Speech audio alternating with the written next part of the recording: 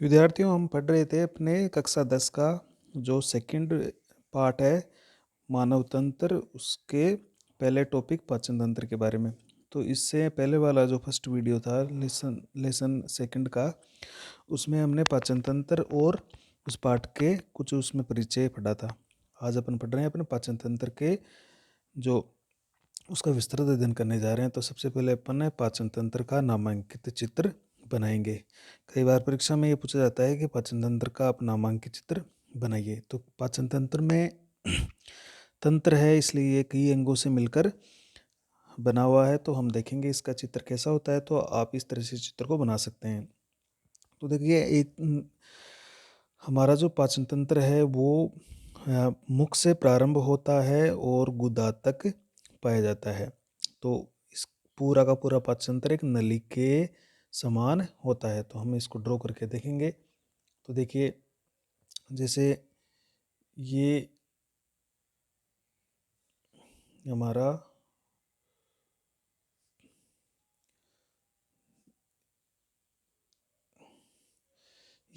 जैसे मुख है और ऊपर है हमारे होते हैं नाक। तो नाक है वो घुमावदार मार्ग से अंदर जाकर खुलते हैं। तो इस तरह से अपन देखेंगे और ये हमारा मुख है। तो मुख, अब देखिए यहाँ पर स्थिति क्या होती है।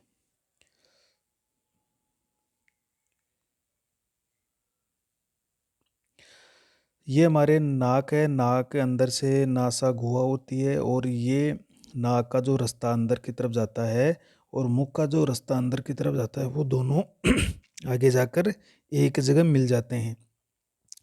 तो चूँकि हमारा पाचन, हम तो केवल पाचन तंत्र पढ़ रहे हैं। तो देखो, ये हमारा यहाँ पर है सबसे पहला जो अंग है वो पाचन तंत्र का, वो मुख है। मुख है, अंदर वो खाली जगह मुख गुहा में खुलता है। अब थोड़ा सा अंदर की ओर चले तो हमारे जो नाक का जो रास्ता है और जो मुख का रास्ता है वो दोनों जाकर देखो फिर एक जगह मिल रहे हैं। ये एक जगह मिले हुए हैं यहाँ पर। इस जगह को हम कहेंगे, ये जो रास्ता एक जगह मिल गया है, इस रास्ते को हम कहेंगे ग्रसनी। ये देखो, अब इस ग्रसनी में यहाँ पर 3 रास्ते हैं। एक रास्ता तो जो नाक की तरफ से आ रहा है, इस जगह को तो बोलेंगे नासाग्रसनी। और जो मुख की तरफ से एक रास्ता आ रहा है उसको बोलेंगे हम मुख ग्रसनी। और फिर थोड़ा नीचे की तरफ जाए तो ये हमारा होता है कंठ। यहाँ पर ये कंठ होता है। अब इस कंठ में क्या होता है, ये इस कंठ के अंदर यहाँ पर जो श्वास नली है, वो श्वास नली के ऊपर एक पर्दा लगा, बहुत ही लचीला एक पर्दा लगा होता है यहाँ पर। तो ये इस पर्दे को बोलते हैं अपन गाठी ढक्कन या एपिग्लोटिस। तो जैसे ही भोजन मुख से भोजन नली में आता है तो ये पर्दा है वो हमारी श्वास नली को ढक लेता है ताकि कोई भी भोजन का कण है वो हमारी श्वास नली में न जाए। तो ये श्वास नली है और ये होती है, आगे अपन केवल भोजन नली को बनाते हैं, ये हमारी भोजन नली है। तो ये नली जो है ये भोजन नली या इसको ग्रास नाल भी बोलते हैं। नाल मतलब नली का, ग्रास यानी भोजन।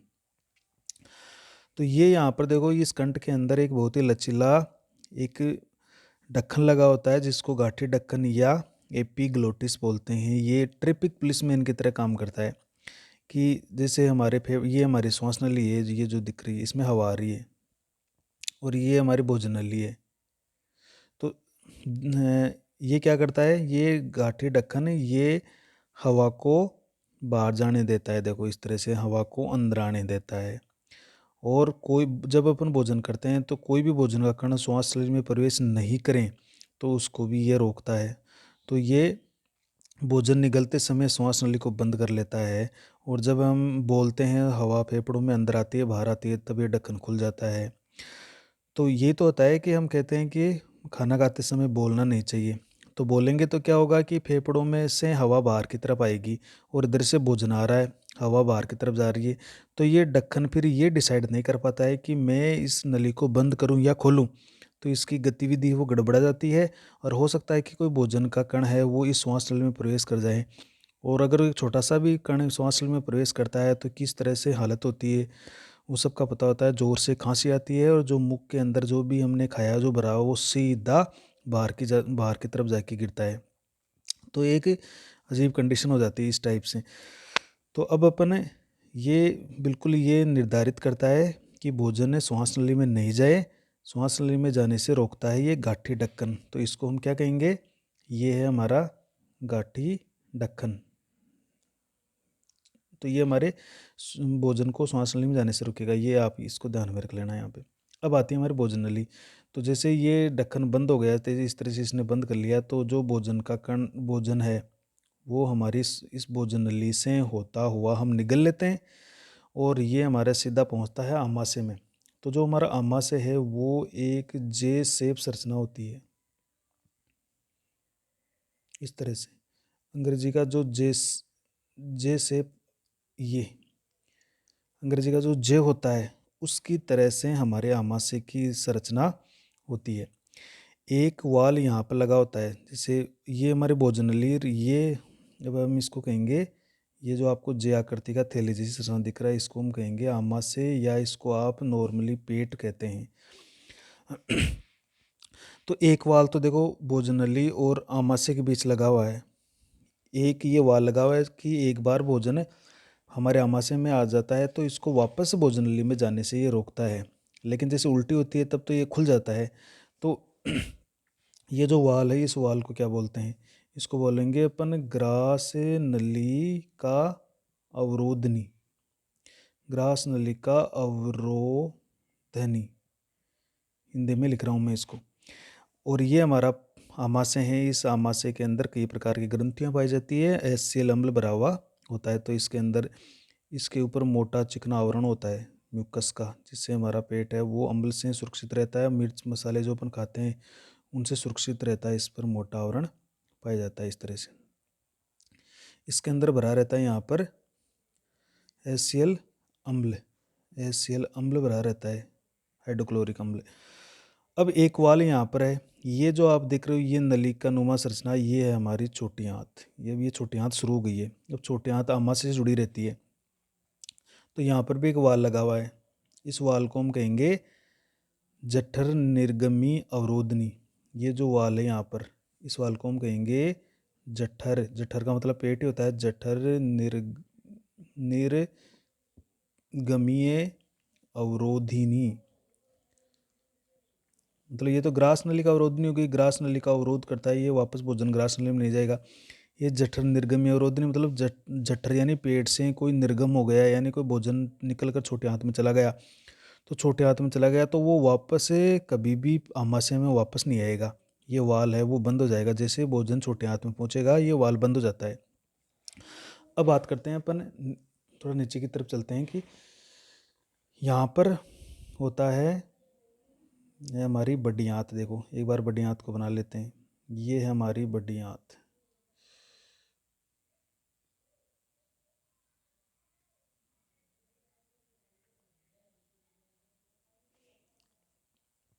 ये हमारी बड़ी आंत है।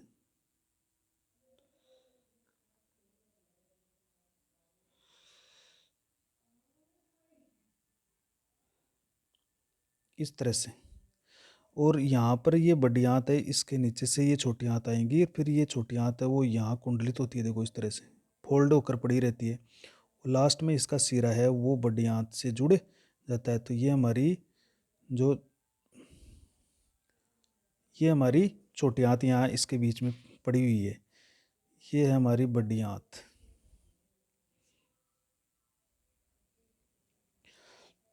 ये जो आपको जगह दिख रही है यू आकार का लूप, इसमें एक ग्रंथि पाई जाती है जिससे कोई पत्ती पत्ती जैसी संरचना वाली ग्रंथि,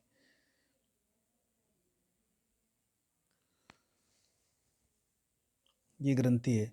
और यहाँ पर देखिए, यहाँ जो हमारा आमाशय है, आमाशय और ये जो छोटियाँ निकल रही है, इसके बिल्कुल ही पास में यहाँ पर एक त्रिकोणीय रचना पाई जाती है, जिसको मैं बना रहा हूँ यहाँ पर। देखो ये संरचना पाई जा रही है, इसको हम कहेंगे लीवर, इसको हम कह देंगे यकृत। ये जो हमारा यकृत है, शरीर की सबसे बड़ी ग्रंथि ये यकृत है। इसके, इससे एक नली निकलती है, और वो नली है वो, और एक नली इस अग्नाशय से निकलती है, दोनों एक जगह होकर फिर हमारी छोटी आंत के अंदर ये खुल जाती है। तो ये तो गया यकृत। और ये जो ग्रंथि दिख रही है इस ग्रंथि को हम कहेंगे अग्नाशय ग्रंथि।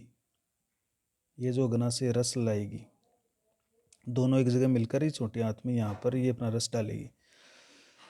ये हमारी छोटी आंत है, देखो ये छोटी आंत है, ये पूरी कुंडलित पड़ी है। इस छोटी आंत के 3 भाग होते हैं। देखो ये पोर्शन है, इस पोर्शन को हम कहेंगे ग्रहणी। क्या कहेंगे?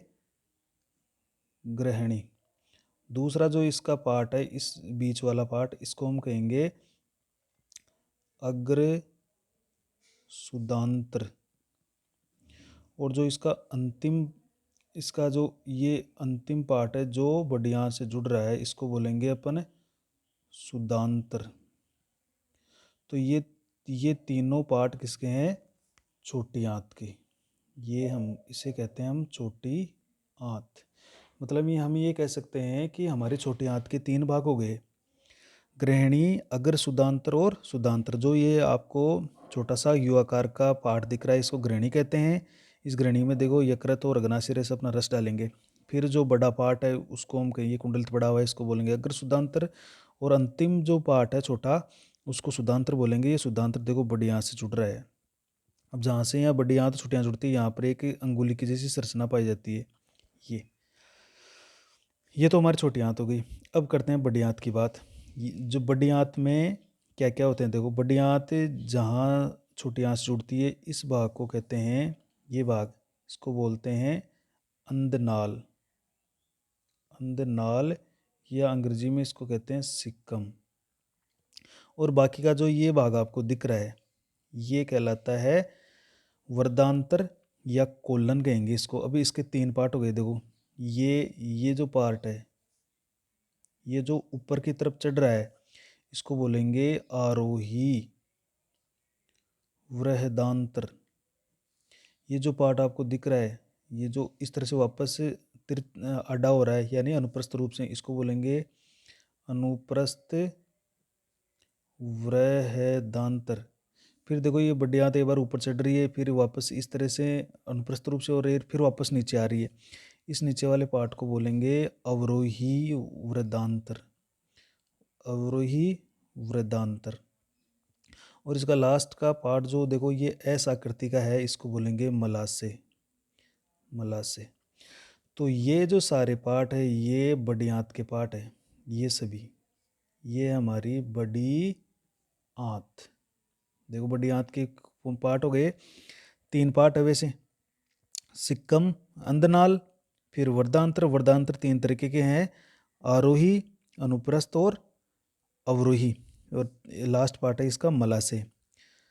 फिर ये जो आपको ये छिद्र दिख रहा है जिसमें अपन अपचित भोजन को बाहर निकालते हैं, ये हमारा गुदा होता है। इसी तरह से देखो यहाँ पर ये एक कर्मी रूपी संरचना लटकी रहती है बड़ी आंत से, इसको बोलते हैं अपन परिसेसिका। ये इसको आप अंग्रेजी में बोलते हैं अपेंडिक्स। कई बार इसमें दर्द होने लगता है अपेंडिक्स से ये, तो ये परिसेसिका या अपेंडिक्स होती है। तो ये हमारा एक पाचन तंत्र है। तो आप इसको देखो फिर एक बार मैं ऊपर से बता देता हूँ कि ये हमारा मुख है। अब एक चीज़ और है, यहाँ पर मुख के अंदर लार बनाने के लिए लार ग्रंथियाँ होती है। तो मुख में जैसे लार ग्रंथियाँ एक तो हमारे कान के पास होती है, एक हमारी जो जीभ होती है उस जीभ के ठीक नीचे यहाँ पर पाई जाती है, और एक जहाँ दोनों जबड़े मिलते हैं वहाँ पर पाई जाती है। तो ये पाई जाती है हमारी लार ग्रंथियाँ। लार ग्रंथियाँ क्या करती है? मुख में लार का निर्माण करती है। तो ये हमारे एक तो कान के पास पाई जाएगी, एक हमारी जीभ के नीचे पाई जाएगी, जहाँ दोनों जबड़े मिलते हैं वहाँ पर एक ग्रंथि। 3 तरह की लार ग्रंथियाँ पाई जाएगी जो अपन आगे पढ़ेंगे। ये मुख हो गया। मुख खुलता है हम ग्रसनी में। ये जो ग्रसनी था, नाक का रास्ता और मुख का रास्ता जहाँ पर दोनों एक जगह मिलते हैं उसको ग्रसनी कहते हैं। देखो फिर ये भोजन नली आ गई हमारी। भोजन नली जुड़ी होती है आमाशय से। आमाशय से जुड़ी हुई है छोटी आंत, और यहाँ पर है यकृत। यहाँ इस पेट के नीचे है अग्नाशय ग्रंथि। अग्नाशय ग्रंथि और यकृत दोनों मिलकर यहाँ रस डालेंगे, ये पीत रस बनाएगा, ये अग्नाशय रस बनाएगा। छोटी आंत फिर कुंडलित होकर हमारे यहाँ पर बीच में पड़ी रहती है। छोटी आंत फिर बड़ी आंत जुड़ती है, और बड़ी आंत है वो सबसे बड़ी आंत। सबसे बड़ी इसलिए बोलते हैं क्योंकि ये सबसे मोटी होती है। लंबी छोटी आंत सबसे लंबी होती है, ये ध्यान रखिएगा। छोटी आंत वैसे नहीं कि ये छोटी है, इसका व्यास छोटा है, यानी पतली नली है ये, लेकिन सबसे लंबी होती है। बड़ी आंत को बड़ी इसलिए बोलते हैं क्योंकि ये मोटी है। तो इस तरह से ये यहाँ पर ये देखो छोटी आंत मिल जुड़कर बड़ी आंत से जुड़ रही है। फिर बड़ी आंत पर यहाँ पर अपेंडिक्स लगा हुआ है। बड़ी आंत के 3 पार्ट हो गए, यहाँ से इसको अंधनाल बोलते हैं। फिर ये जो पूरे बात को वर्धांत्र बोलते हैं। वर्धांत्र 3 तरह के हो गए, आरोही, अनुप्रस्थ और नीचे जो आ रहा है इसको अवरोही बोलेंगे। फिर ये जो एस आकार की संरचना आपको दिख रही है, इस संरचना को बोलेंगे मलाशय। यहाँ पर मलकाशय है, यहाँ पर जो अपचित भोजन है वो इकट्ठा रहता है और इसको समय समय पर गुदा द्वारा बाहर निकाल दिया जाता है। तो ये जो आप चित्र देख रहे हो, ये चित्र है हमारे मानव का पाचन तंत्र का। मानव का पाचन तंत्र, ये स्थिति है यहाँ पर, तो आप इसको नोट कर सकते हैं। अब आगे देखते हैं, देखो कि हमारे पाचन तंत्र के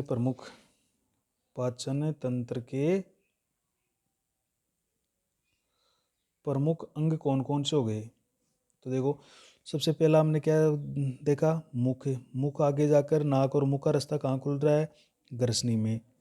फिर ग्रसनी के आगे कौन है, कौन सी नली है, भोजन नली, जिसको हम क्या कह रहे हैं, ग्रास नाल भी कह रहे हैं इसको। दूसरा नाम क्या है इसका, ग्रास नाल भी कह रहे हैं। चौथा इसका क्या है, ग्रास नाल भोजन नली आगे जाकर किस में खुल रही है, हमारे आमाशय में खुल रही है। आमाशय से आगे कौन है, छोटी आंत है। और छोटी आंत के आगे कौन है, बड़ी आंत है। और बड़ी आंत के आगे लास्ट का जो सिरा है वो है गुदा। तो देखो हमारा पाचन तंत्र मुख से शुरू हुआ और अंत इसका कहाँ हुआ, गुदा पर जाकर। तो ये हम कहते हैं कि हमारा पाचन तंत्र पूरी नली के रूप में आप देखते हो। ये देखो ये यहाँ से शुरू हो रही है नली, और ये भी नली, ये भी नली, ये छोटी आंत भी नली, बड़ी आंत भी नली। तो पूरा पाचन तंत्र एक नली के समान ही है। इस कारण इसको हम आहार नाल भी कहते हैं। देखो ये तो प्रमुख अंग है, और इसके साथ साथ इसमें 3 सहायक ग्रंथियां हमने देखी थी। तो मुख के अंदर कौन सी होती है, लार ग्रंथियां, ये तो मुख के अंदर है। दूसरी हमें आमाशय के पास से है वो यकृत है, और आमाशय के नीचे कौन है, तीसरी अग्नाशय ग्रंथि। तो ये 3 तरह की ग्रंथियां पाई जाती है, लार ग्रंथियां, यकृत और अग्नाशय ग्रंथियां। तो देखो सभी अंग मिलकर, जो सभी अंग मिलकर आहार नाल का निर्माण करते हैं। यही तो है, सभी अंग मिलकर आहार नाल का निर्माण करते हैं, जो मुख से लेकर मुख से शुरू होकर गुदा तक पाई जाती है। तो जो हमारी आहार नाल है वो कहाँ से शुरू हुई, मुख से शुरू हुई, और कहाँ तक इसका खत्म हुई, गुदा तक। इसकी लंबाई, अब ये टोटल जो नली के समान है, इसकी लंबाई लगभग हम 8 से 10 मीटर तक होती है। स्वस्थ व्यक्ति की और वयस्क व्यक्ति के जो आहार नाल की लंबाई है वो 8 से 10 मीटर तक होती है। अब बात करते हैं हमारी जो ये आहार नाल है, इसके प्रमुख कार्य क्या है। तो ये प्रश्न कई बार बनता है। ये एक तो ये ध्यान रखिएगा, आहार नाल की लंबाई लगभग कितनी है, इसमें कौन कौन से अंग और कौन कौन सी सहायक ग्रंथियां, वो पूछा जा सकता है। और ये कहाँ से शुरू हुई और कहाँ तक अंत हो गई। अब बात आती है हमारी जो आहार नाल है, हमारा पाचन तंत्र आहार नाल के समान होता है। तो इसके प्रमुख कार्य, तो प्रमुख कार्य क्या है, देखो पहला कार्य क्या है, भोजन को भोजन को अंदर ग्रहण करना। तो पहला इसका काम है, मुख द्वारा भोजन को अंदर ग्रहण करते हैं। फिर क्या होगा, भोजन को पचाना, ये तीसरा इसका काम हो गया। दूसरा भोजन को पचाना। फिर